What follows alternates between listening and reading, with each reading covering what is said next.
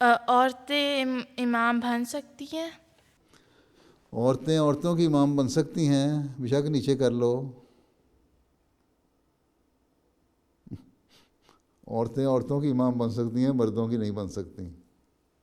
ٹھیک ہے، یہی ہمیں حضرت صلی اللہ علیہ وسلم نے فرمایا ہے.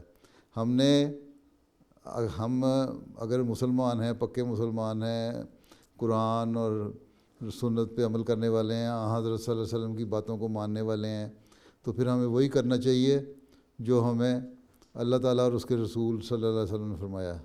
ٹھیک ہے، اور انہوں نے یہ فرمایا کہ مرد جو ہے وہ امام بنے گا، اور اگر عورتیں ہوں، ایسی مجبوری ہو، تو پھر عورت امام بن سکتی ہے جہاں عورتیں ہوں صرف.